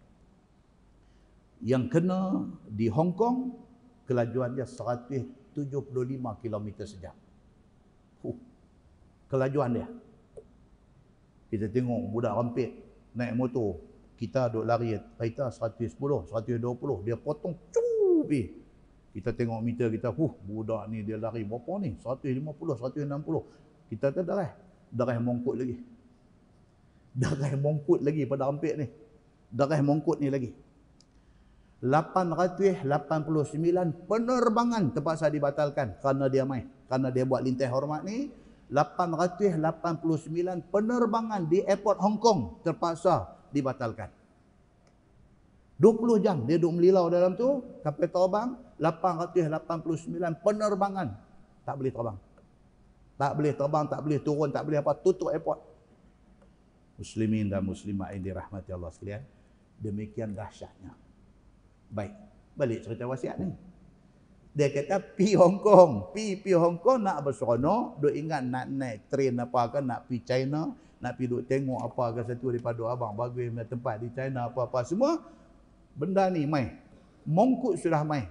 Kita salah seorang terpilih untuk nak jalan dengan mongkut ni. Dalam keadaan duk kalang kabut ni, nak buat wasiat. Nak buat wasiat. Baru duk tengok ni, tuan-tuan, tanya orang yang pergi haji ni. Duk ada di Arafah, angin mai. Depan mata duk tengok ni, angin satu. Dengan pasyak ni apa duk mai lagi. Dengan kelambu Kaabah semua habis. Sampai nampak pintu tu. Dapat nampak tu. Kita duk baca cerita Kaabah ni zaman Nabi Ibrahim ada 2 pintu. Satu betul dengan pintu hadu adalah ni, tapi dia duduk rapat atas tanah. Satu lagi balik sana, balik tepi rukun Yamani. Ada satu pintu lagi. Zaman Nabi Ibrahim, dia buat Kaabah 2 pintu, tidak ada daun pintu. Terpelihung gitu ya. Tahu terpelihung? Tak ada pintu. Masuk kau ni, keluar kau ni. Okey. Kemudian dia buat perubahan macam-macam. Mai zaman Quraisy dia ubah. Dia tutup buang pintu satu balik sana, dia tinggal satu pintu.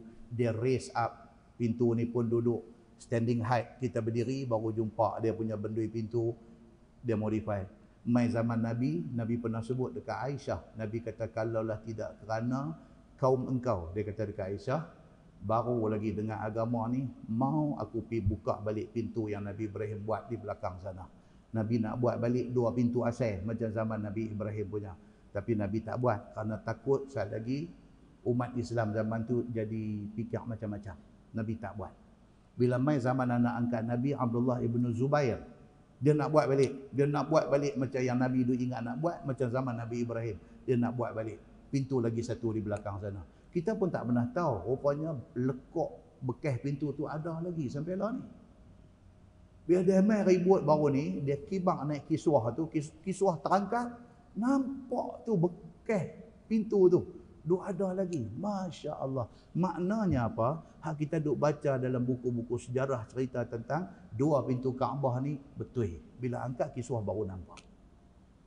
Muslimin dan muslimat yang dirahmati Allah sekalian. Okey. Dalam keadaan ribut duk main ni, Syekh ni teringat nak tulis wasiat. Ni, dia kata ni. Baik, dia kata apa? Maka kena akan kamu oleh musibah kematian waktu pergi melancong di negeri orang lain ni. Dia kena yang tu. Tahbisunahuma min ba'di salah. Tuhan kata apa? Kamu habas, yakni kamu tahan 2 orang untuk dijadikan saksi selepas daripada sembahyang. Walaupun kita ada di negeri orang, kita nak tulis wasiat, cari juga 2 orang saksi untuk menjadi saksi kepada wasiat kita nak tulis ni. Nabi suruh macam tu. Makna importantnya dari segi adakan saksi untuk nak buat apa-apa perjanjian. Bukan wasiat saja. Apa-apa perjanjian termasuk hutang. Kan dalam Quran kata, iza tadayantum bidainin ila ajalin musamma faktubuh. Nabi kata kalau kamu berhutang, kamu nak bagi hutang ke, kamu nak berhutang ke apa ke semua, buat surat, tulis. Dan adakan katibun, penulis dan saksi. Pasal apa? Pasal tak mau jadi bergaduh kemudian hari. Dah mati dah orang yang berhutang ni, kita pergi cari anak dia. Kita kata ni, hang anak ni kah? Dia kata dia, Pak hang ada hutang saya 10,000. Anak ni kata kami tak tahu pun. Hampa tahu tak tahu ni aku nak beritahu. Pak hutang aku 10,000. Asal nak pergi tanya mak. Pergi tanya mak, mak pun kata tak tahu. Jadi anak ni mengaji sikit, ada pelajaran sikit, dia kata kat pakcik Amir tuntut ni. Dia kata pakcik ada surat apa-apa tak? Ayah saya ada surat tulis kata dia berhutang dengan pakcik. Mana ada surat, dia minta kat aku hari tu betul aja aku bagilah. Jadi bergaduh lah tuan-tuan. Bergaduh. Pasal kita tak tahu betul ke tak betul. Mungkin pun tak betul. Jadi nak mengelakkan daripada jadi huru-hara, tulis. Macam mana utang disuruh tulis, macam itulah juga dengan wasiat disuruh tulis. Demikianlah juga dengan wakaf disuruh tulis. Kalau tidak, jadi masalah macam duk jadi di Pulau Pinang. Tok Wan bagi tanah ni wakaf, masa anak tak kacau lagi. Pasal apa? Dia duk nampak muka pak dia nak buat khairat, nak buat kebaikan. Mai lapis cucu ni nampak tak nampak, mai lapis cicit. Dia pergi tanya orang, mai sukat tanah tu. Dia tanya nilai semasa tanah. Tanya-tanya tanah sekaki duk ada RM800. Ui. Dia make ui. 800. Dia kata kalau 4 ekar dia pergi jumpa belah kira Ustaz. Dia kata ni kalau 8 ekar, dia kata kalau 4 ekar satu kaki duk ada 800 dia nak main berapa? Kawan ni pun tekan kalkulator sampai tak naik huruf, tak naik nombor. Tekan. Ui, dia kata banyak ni. Yalah banyak berapa? Tak tahu, dia keluar iya. Mula nak buat urah lah. Mula pergi duk korek balik geran di pejabat tanah. Tengok-tengok nama Tok Wan lagi. Pasal apa? Tok Wan wakaf lisan. Tapi dalam dokumen nama Tok Wan. Mula nak pergi cari lawyer lah apalah semua. Mula-mula nak gerodak nak jadi panjang. Cari lawyer pun mai kira balik apa semua ni. Kalau Tok Wan dulu anak dia ada berapa orang, cucu dia ada berapa orang, cicit dia ada berapa orang ni duk kira. Lawyer tu mati gitu ya. Tak ada nak selesai kira. Mati gitu ya lawyer ni. Pasal dah generasi keempat lah. Tapi usaha untuk nak ambil balik tanah tu memang jalan. Pasal apa? Pasal wakaf dulu, wakaf lisan. Tidak ada dalam bentuk dokumen. Muslimin dan muslimat yang dirahmati Allah sekalian. So, Tuhan kata apa? Dalam kamu nak buat wasiat ni, cari 2 orang saksi. Nak cantiknya apa? Pergi cari saksi ni lepas semayang. Maksudnya saksi yang macam mana?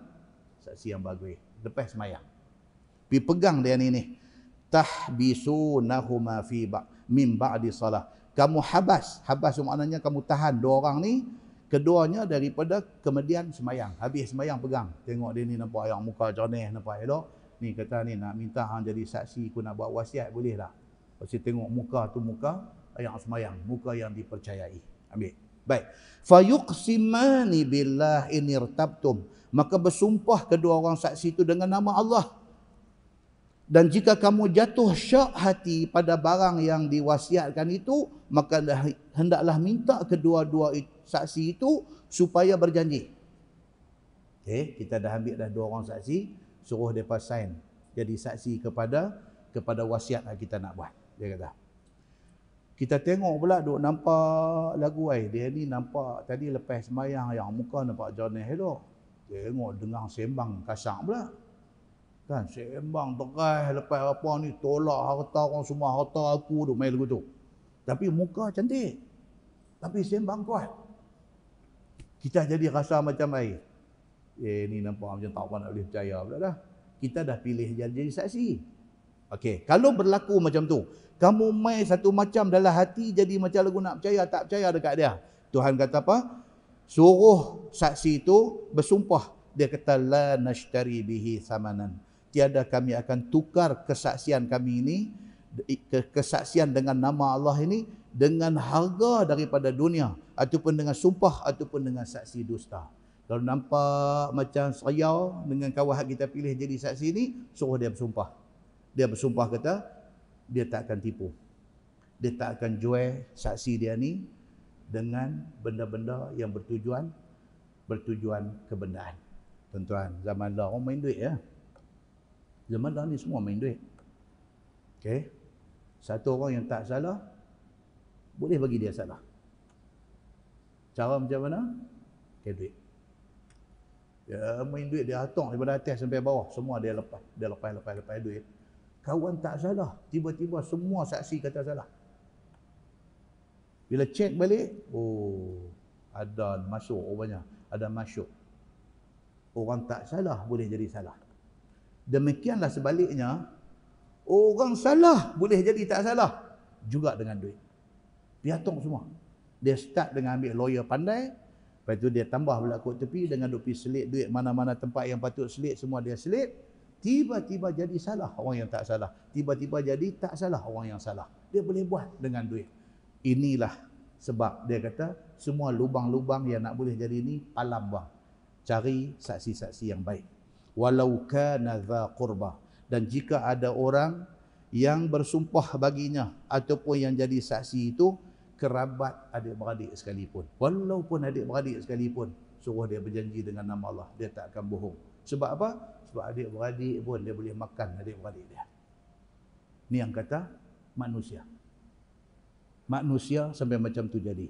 Firman Allah, wala naktumu tu tuan-tuan, perbetul baris. Perbetul titik. Dia tulis wala taktumu. Wala naktumu syahadatallah. Dan tiada kami sembunyikan saksi Allah yang disuruh kami dengannya. Suruh mereka berjanji, kata kami akan benang sampai kesudah. Kami tidak akan tipu di dalam persaksian ini. Inna idzan laminal athimin. Bahwasanya kami ketika itu, yakni kalau kami tipu dalam persaksian ini, kami daripada jumlah orang yang berdosa jika kami sembunyikan akan dia.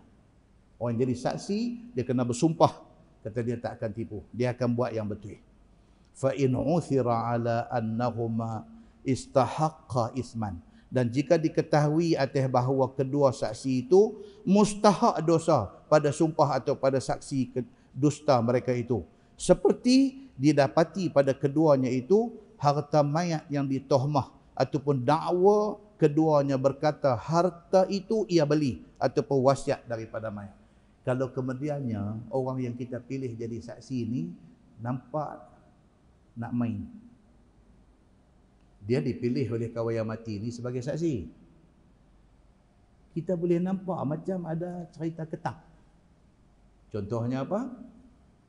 Harta kawan yang mati. Tapi tengok duk ada kat dia. Jadi tanya dia ni pasal apa ni?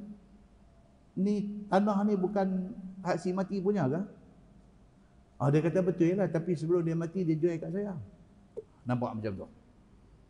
Dia dipilih untuk jadi saksi. Tiba-tiba dia claim kata harta kawan tu kau tu jual kat dia. Nampak macam tu, itu dia panggil cerita ketang. Tuan-tuan, Allah sebut dalam Quran benda ni. Tuan-tuan heran kan kalau dalam dunia ada benda-benda macam ni jadi? Oh, jangan heran.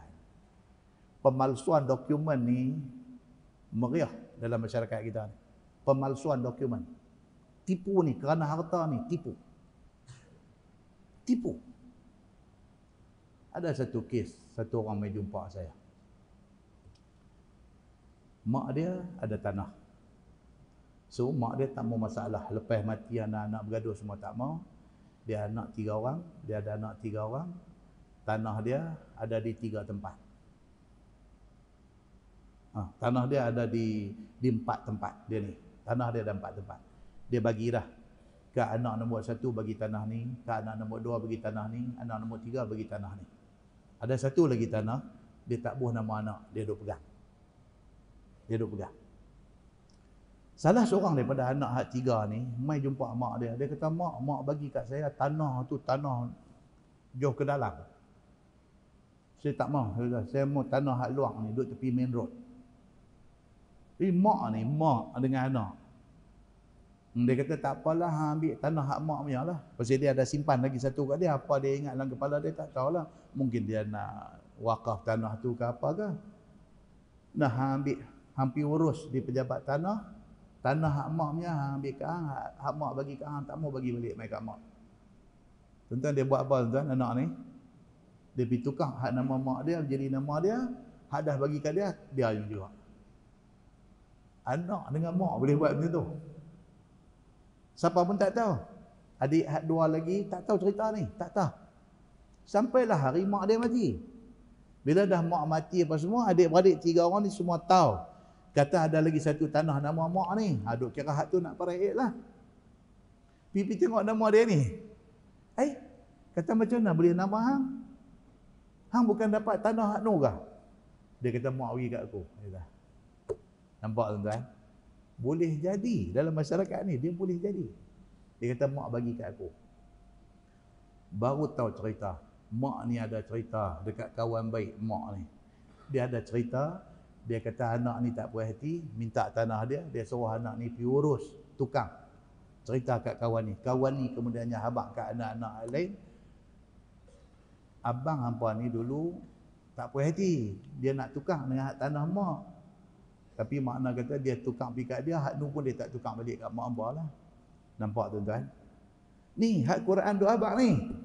Jadi tak dalam masyarakat? Jadi. Pasal apa duk jadi ni? Pasal masyarakat tak takut dengan Tuhan. Tak takut. Ni kita ni lagi duk main ni masa lagi duk ramai ni orang tak takut dengan Tuhan ni. Makin duk ramai balik pula dah. Ya Allah. Dia main satu masa dulu pakat duk berubah semua dah. Perempuan pakai tudung habis. Laki-laki pun nak jumpa. Umur 4-50 duk pakai seluar pendek ni kita dah tak nampak cantik lah. Main balik lah. Hak pakai tudung ke duk buka balik. Hak jantan pun nak jadi pondan. Hak luar panjang mau duk buat pendek balik. Ni dia duk main balik ni. Dia duk main balik. Silap tang mana tak tahu, tapi benda ni dia duk main balik. Kita nak tunjuk kata silap ni pun tak guna, tapi yang sebenarnya duk main balik benda ni. Bercakap tak heran kat Tuhan ni duk main balik lah. Muslimin dan muslimat yang dirahmati Allah sekalian. Inilah yang Quran duk bagi tahu ni. Pasal apa? Pasal benda ni dia satu putaran. Dia tak elok, dia main jadi elok, dia balik jadi tak elok, balik dia duk main macam tu. Dia duk pusing tu. Nabi SAW dah kata dah, Islam ni bada al-Islamu ghariban. Islam ni dia start kira gharib. Pelik, orang tak mau ikut. Tapi dia duk putang. Dia main satu masa pakai ikut habis semua cantik. Dia pusing lagi, dia pusing balik, dia turun, pakai tak mau balik pula dah. Dia duk main macam tu.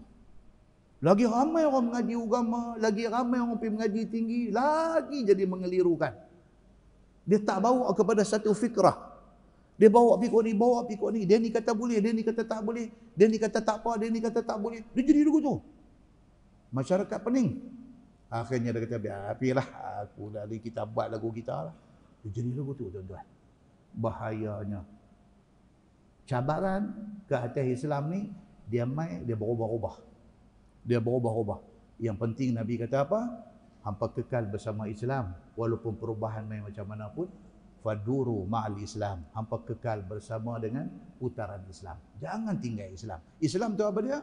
Quran dengan hadis Nabi sallallahu alaihi wasallam. Nah, muslimin dan muslimat yang dirahmati Allah sekalian. So Tuhan kata fa in uthira ala annahu mastahaqqa isman, maka jika diketahui atas bahawa kedua saksi itu mustahak dosa pada sumpah itu, seperti didapati pada kedua saksi yang kita pilih itu harta yang ditohmah ataupun harta yang didakwa keduanya berkata harta itu ia beli ataupun telah diwasiatkan oleh si mati kepada dia. Nampak dia nak main dah. Harta orang bagi dia jadi saksi, dia nak ambil kesempatan atas harta kawan tu. Fa akharani yaqumani maqamahuma, maka dua saksi yang lain hendaklah berdiri keduanya pada tempat keduanya. Islam main dah. Yang ni dia panggil apa? Check and balance ataupun double security. Orang yang kita pilih jadi saksi, kita nak mati, kita tulis wasiat bagi dia jadi saksi. Tiba-tiba mereka ni yang kita pilih jadi saksi nak main, nak ambil harta kita. Quran kata apa? Adik-beradik kita ada yang tahu cerita sebenar, kena bangun mencabar dua orang saksi tadi. Kena bangun. Abang kita kah, adik kita kah, kena bangun, maksudnya bangun pergi ke mahkamah. Buat report, kata ni dua orang, abang saya ambil untuk jadi saksi kepada wasiat yang dia buat. Tapi kami ni dua orang adik-beradik dia, kami nak bagi tahu kepada mahkamah. Kata, setahu kami, abang saya tidak pernah jual kepada saksi ni tanah dia. Kena bangkit dua orang ni, pergi ke depan dan mendakwa benda yang sebenar. Minal ladzina istahaqqa alaihimul awlayani, daripada segala mereka yang mustahak atas mereka itu, yakni dua yang terlebih hampir dengan mayat itu pada sisinya. Bangkit dua adik-beradik kita ni mempertahankan daripada diselewengkan oleh dua saksi yang kita lantik, yang kita duk percaya kata dia bagus. Rupa-rupanya dia main kita. Manakala syak pada saksi yang terdahulu itu, hendaklah sumpah dua orang waris kepada si mati ini. Bangkit dan dakwa balik saksi yang dipercayai sudah main benar ni. Fayaqsimani billah, maka bersumpahlah dua saksi yang baru ni, yang kemudian ini dengan nama Allah, bahawa khianat dua saksi yang terdahulu tadi. Bangkit challenge ni check and balance. Dia check balik, nampak apa betul balik. Bangkit buat macam tu. Dan kata keduanya, la syahadatuna ahaqqu syahadatihima. Bermula saksi kami ni, adik-beradik yang dua orang ni kata, sesungguhnya kami punya saksi ni lebih betul daripada saksi yang dua orang tadi. Kami nak cakap yang betul. Wa ma'tadaina, dan tiadalah kami melampaui batas atas yang sebenar pada sumpah kami itu. Adik-beradik yang dua orang ni kata, kami tak bohong, kami habaq hak betul. Memang dua orang saksi ni nampak nak khianat kepada wasiat yang abang kami buat. Contoh, inna idzan laminaz zalimin, bahwasanya kami ketika itu, makna kalau kami dua orang ni tipu, dia kata, sungguh daripada jumlah segala orang yang zalim. Kalau kami tipu, kami akan masuk dalam golongan zalim. Tuhan akan azab kami. Tapi kami nak abang hak betul, saksi ni nampak macam nak main harta abang kami. Dia suruh buat macam tu. Maka hukum wasiat itu sabit di dalam Al-Quran. Wallahu a'lam. Lepas ni kita masuk zalika adna an ya'tu bisyahadati ala wajhiha. Lepas ni dia akan mai kat kita, dia nak abang kata sistem yang Allah buat ni. Sistem apa? Satu, suruh buat wasiat. Yang kedua, suruh cari saksi yang baik ketika nak buat wasiat. Yang ketiga, kalau nampak tanda-tanda saksi yang kita pilih itu macam nak khianat, boleh bangkit pula dua orang daripada keluarga orang yang buat wasiat ni, challenge persaksian orang yang terdahulu. Ini sistem. Sistem ni adalah sistem yang dibuat oleh Allah Subhanahu wa ta'ala. Yang tu, dia nak abang yang tu. Double security, double. Pasal apa? Pasal orang jahat makin ramai. Kan macam tuan-tuan ada bank, online banking. Kadang-kadang dia main sampai 2-3 kali security. Kita semua Tapi sebenarnya dia buat macam tu untuk double security. Untuk nak pastikan orang yang hackers ni, yang duk hack nak masuk dalam sistem ni, dia lepas satu, dia sangkut lagi satu. Tujuan dia buat berperingkat-peringkat tu, security tu, tujuan dia adalah nak bagi selamat harta kepunyaan kita. Demikian hal dengan yang Allah suruh ni. Allah suruh buat wasiat, cari saksi yang elok. Tapi mungkin berlaku saksi yang kita nampak elok dan dipercayai tiba-tiba khianat. Kalau berlaku macam tu, dia ada double security. Dia ada satu lagi. Tuhan kata, adik-beradik boleh bangkit challenge saksi yang dua orang yang nampak tanda-tanda khianat. Nampak? Ini sistem yang Allah Subhanahu wa ta'ala buat dalam Quran berkaitan dengan wasiat. Sebab hari ni bila orang duk buat benda-benda ni semua double-double, orang kerja bank kan, tuan-tuan tengok, bila dia nak load duit dalam ATM machine, duit kita duk pergi cucuk kad ambil duit tu kan, combination number tu bukan seorang pegang, kadang-kadang sampai 3 orang, paling-paling kurang 2 orang. Seorang dia buka hak mula, seorang lagi kena mai buka hak kedua. Tapi ada tak kemungkinan 2 orang ni pakat, jom kita pergi buka 2 orang, kita balas kita. Ada tak ada kemungkinan? Ada. Ada kemungkinan. Walaupun letak 2 orang, ada kemungkinan. Pasal apa? Walaupun benda tu nampak macam high technology, tapi still dikendalikan oleh manusia. Tak ada apa. Nama kata manusia ni, Putar Alam. Nama kata manusia ni. Maka dengan kerana itu, dalam bab wasiat, Tuhan buat double macam ni. Tuhan buat double macam ni. Kerana nak jaga benda-benda ni daripada jadi. Nah, baik, lepas itu hujung ayat tu kita habis sikit lagi. Hujung tu dia kata wattaqullah, dan takutlah olehmu akan Allah yang meninggalkan khianat yang dusta. Nampak? Dia kunci yang paling utama sekali apa dia? Takwa kepada Allah. Hak tu paling utama. Hak tu paling utama. Tuan-tuan tengok orang duk buat macam-macam, semua failure, gagal. Tuan tengok dulu ada satu jemaah Arkam, tuan Arkam. Mereka berkembang cukup dahsyat. Ni dekat Bukit Jambui dulu ada satu mini market depa. Mini market Arkam ni. Kat Bukit Jambui. Sahabat saya beli durian dekat mini market, jual durian, depan jual durian. Dia dengan serban tebal, dengan jubah hijau, apa kan. Kawan saya nak beli, dia kata buah ni insya-Allah elok. Memang mai daripada dusun hak pokok bagus-bagus. Insya-Allah elok. Kawan saya kata, ni kalau tak elok macam mana? Dia kata kalau tak elok tak apa mai balik. Dia kata kita tukar. Okey. Kawan saya beli. Balik di rumah buka-buka mangkang. Buah mangkang, tak boleh makan. Angin teruslah kawan ni. Kawan ni tu kawan saya lah. Dia cerita balik, angin lah. Dia kata saya bawa Ustaz, durian tu dah terbuka dah apa-apa sampai depan kedai. Panggil Haji tu keluar mai, saya hampuk depan dia lah. Kawan ni pun, dia pun satu abangah juga. Dia hampuk, dia kata. Hampuk tak apa, dia rawit habis pakaian kau tu. Tengok dengan jubah, dia mula. Tengok kepala sengit, tangan pun sengit, sebut bagi panjang. Tengok dengan jubah, dia main macam tu. Dengan serban besar bakui, dia kata cakap tak boleh pakai. Kawan kita ni, yang jual ni, dia Masya Allah, dia pergi salah, dia pegang tangan, dia cium tangan kawan main hampuk durian ni. Allahu Akbar, tuan-tuan. Dia keluar main, dia pegang tangan kau ni, dia cium. Dia ni, abang As terkejut. Dia pegang tangan, dia cium, dia minta maaf. Dia kata minta maaf. Dia kata tak apa. Ambil hal lain, ganti 2 biji. Main sebiji, mangkang, ganti 2 biji. Minta maaf. Sampai tolong pergi bubuh belakang kereta, tolong buka pintu kau ni, masuk tutup, minta maaf Abang Nam, minta maaf. Assalamualaikum. Macam tu punya akhlak dia bagi. Kau ni balik nak makan durian tu pun tak lalu. Pasal apa? Rasa bersalah. Okey. Tengok apabila mai masa kerajaan hantam Arkam ni. Okey. Tengok kan tahun berapa lalu ni kena. Tengok dia punya empire perniagaan dia, tuan-tuan, bukan dalam Malaysia saja. Di Thailand ada, di Indonesia ada, di Australia ada. Depa berkembang daripada satu kedai runcit jadi mini market. Segala barang-barang ni, makanan hak kita duk makan hari-hari ni, mi kuning, tokwa, apa semua depa buat. Depa tak nak cakap banyak, depa buat kerja, depa jual, depa bagi alternatif kepada makanan halal. Depa buat.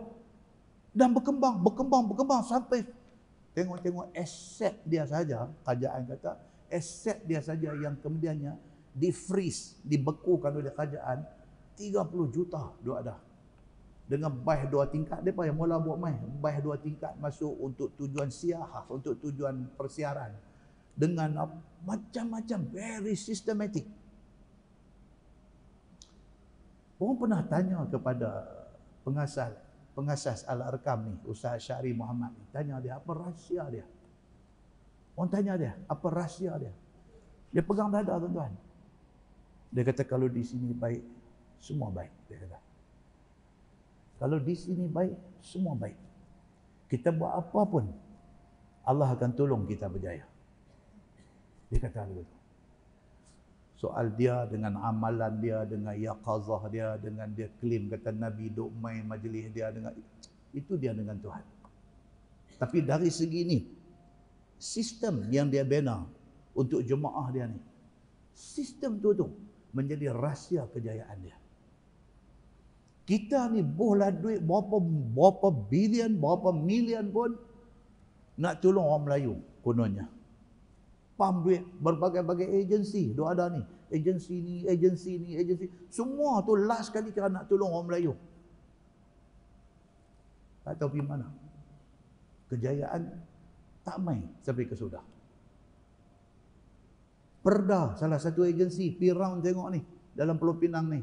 Oh, dia ni duk jual nasi lemak. Punya ramai punya duk queue ni, India punya orang duk queue nak pergi beli nasi lemak dia. 2 jam habis. Perda masa tu, pergi tanya ni, pasal apa? Dia kata payuk rice cooker kecil aja, dia kata boleh banyak masak, boleh masak banyak tu. Melalui perda ni, pergi tengok apa boleh tolong dekat dia ni, supaya dia boleh commercialize bisnes dia. Daripada rice cooker kecil tu, bagi rice cooker besar, kemudian apa lagi, dia nak buat santan apa semua, bagi mesin, bagi, harga hampir ribu-ribu, bagi. Lepas bagi, sebulan saja pergi buat lawatan tengok, rice cooker kecil tu juga. Rice cooker kecil tu juga. Kata, Kak, hari tu kita bagi hak besarnya, awak tak pakai. Oh, dia kata, rosak. Rosak. Kan dah abang dah hari tu, kalau rosak kau telefon nombor hak kita bagi tu, kau telefon. Kita akan ambil main untuk pergi repair, kita ganti hal lain kat kau. Tak apalah, hampa dah tolong banyak dah. Nak menyusah hampa lagi. Kau ni. Hampa tolong pun banyak dah. Lagi nak menyusah hampa, tak apalah, tak apa. Tak, bukan. Masalah, kau hantar repair kedai mana? Tak tahu anak saya hantar pergi mana tu. Ni yang kata gambar ketang. Okey, ringkas cerita apa dia? Dia jual payuk tu. Payuk yang orang bagi nak tolong orang Melayu ni. Dia pergi jual kat siapa ke dengan harga separuh daripada harga kedai punya. Dia ambil duit. Selamat. Aku menjaga payuk tu juga. Nampak tuan-tuan? Buatlah macam mana pun, sini tak clear. Lingkup. So, Arkam ni dia ambil pendekatan apa? Dia pembukti yang ni tu. Dia pembukti yang ni tu. Lepas tu baru dia buat. Very successful. Tapi malangnya dia ada cerita lain pula yang menyebabkan terpaksa dia ambil tindakan kepada mereka. Muslimin dan muslimat yang dirahmati Allah sekalian. So ayat yang kita baca pasal wasiat ni baca sampai ujung Tuhan kata apa? Wattaqullah. Takutlah kamu kepada Allah, tinggallah segala perbuatan khianat dan dusta. Jangan, Tuhan kata benda tak baik jangan duk teringat nak buat. Wasma'u, Tuhan kata, dan dengarlah oleh kamu apa yang disuruh oleh Allah dan terimalah. Dengar, agama kata apa? Dengar dan kita buat. Kita praktik. Wallahu la yahdil qaumal fasiqin. Allah Ta'ala itu Tuhan yang tiada beri hidayah dia kepada segala orang yang fasik. Maksudnya orang yang duk menipu dalam muamalat ni. Allah tak akan tolong. Allah tidak akan beri kepadanya jalan kebajikan. Wallahu a'lam. Lepas ini kita masuk kisah Allah soal para rasul. Lepas ini kita akan tengok Nabi-Nabi ini Allah tanya mereka. Nabi Muhammad, Tuhan tanya, Muhammad 63 tahun umur, apa yang hang buat? Nabi Muhammad akan cerita balik kat Tuhan apa yang Nabi buat daripada hari dia terima wahyu Iqra bismi rabbikal ladzi khalaq tu sampailah hari Nabi wafat. Nabi akan cerita apa yang dia buat. Kemudian ayat-ayat akan datang, dia akan cerita kat kita, Nabi akan menjadi saksi kepada kita, umat dia. Nabi akan jadi saksi di depan Allah, samsuri umat aku. Nabi akan jadi saksi. Baik, nak membolehkan Nabi write nama kita, Nabi jadi saksi kepada kita, kita kena ikut apa yang Nabi suruh. Kalau tidak, Nabi tak mengaku kita umat dia. Yang susah ialah kita. Kemudian, tajuk yang akan datang lagi, dia akan main dekat kita cerita tentang Allah Subhanahu wa Ta'ala cipta Nabi Allah Isa alaihi salam. Nabi Isa. Allah bagi dekat Nabi Isa ni nikmat yang tak tahu punya banyak. Apa nikmat yang Allah bagi dekat Nabi Isa ni apa dia? Apa nikmat dia? Nombor satu, dia beranak tak ada bapa. Tak ada bapa. Mak dia mengandung dengan kehendak Allah. Satu nikmat. Tidak pernah Allah bagi pada mana-mana manusia kecuali Nabi Allah Isa alaihi salam. Baik. Allah bagi dekat Nabi Isa kecil-kecil boleh bercakap. Kecil-kecil, baby boleh bercakap. Okey. Yang ketiga, Allah turunkan Injil. Itu nikmat Allah bagi dekat Nabi Isa. Dalam masa yang sama, Nabi Isa faham Taurat Nabi Musa. Dia faham. Allah bagi dekat Nabi Allah Isa, ni dalam ayat akan datang. Allah bagi kepada Nabi Allah Isa alaihi salam, dia boleh pegang tanah liat, dia boleh kepai buat apa saja. Kalau dia kepai tanah jadi burung, Nabi Isa sembuh saja. Terbang, jadi burung terbang. Allah bagi kat Nabi Allah Isa alaihi salam. Allah bagi kepada Nabi Allah Isa alaihi salam ni orang buta dengan orang sopak. Mai dekat dia, gabuh dia. Itu sebab sebahagian ulama kata dipanggil Isa Al-Masih. Masih daripada perkataan masaha, sapu. Dia sapu. Celak mata. Sedangkan orang ni beranak main buta. Sopak mai jumpa dia. Kulit jadi tampung putih-putih-putih. Sapu je. Hilang penyakit sopak. Allah bagi kepada Nabi Allah Isa AS macam tu. Orang yang dah mati dah, tanam dah dalam kubur. Korek keluar. Dia pegang je, sapu je, bangkit hidup balik. Allah bagi kepada Nabi Allah Isa AS, dan kemuncaknya Allah selamatkan Nabi Allah Isa AS daripada kena bunuh dengan Bani Israel. Mereka mai kepung nak bunuh dia, Allah selamatkan dia. Hari ni kalau kita sampai ke Baitul Maqdis, kita boleh pergi melawat tempat-tempat sejarah tu, boleh pergi melawat. Ini dia panggil tempat Nabi Isa makan malam last sebelum Allah angkat dia. Mai satu tempat, di sinilah tempat Nabi Isa last dilihat ada atas bumi ni. Lepas tu tak tahu dia hilang pergi ke mana. Ada tempat-tempat dia yang tempat-tempat tu related dengan apa yang disebut oleh Allah Subhanahu wa taala di dalam Al-Quran dia. Yang menariknya dalam ayat yang akan datang ni apa dia? Allah sebut tu segala benda yang Allah bagi istimewa dekat Nabi Isa tu, Allah sebut di hujung dia biizni dia sebut. Diberikan kepada Nabi Allah Isa alaihi salam ni, dia kepai-kepai tanah menjadi macam burung, dia buih burung tu hidup biizni, dengan izin aku, Tuhan kata. Sekali lagi orang mati, dia pergi pegang, hidup balik biizni, dengan izin aku. Tuhan ulang biizni itu berapa kali? 4 kali ke apakah dalam ayat yang sama. Nak cerita kepada kita bahawa tidak ada benda dalam dunia ni boleh jadi melainkan dengan izin Allah Subhanahu wa taala. Tuan-tuan, tidak ada benda mustahil dalam dunia ni pada Allah. Tidak ada benda yang mustahil. Semua Allah boleh buat.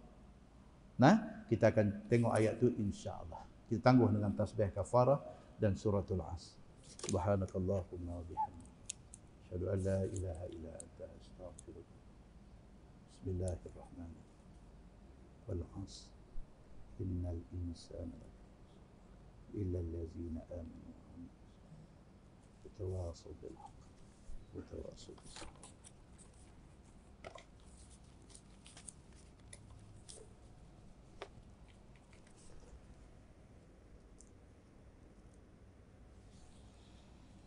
اللهم صل على محمد وعلى آل محمد. بسم الله الرحمن الرحيم. الحمد لله رب العالمين حمدا يوافي نعمه ويكافئ مزيده.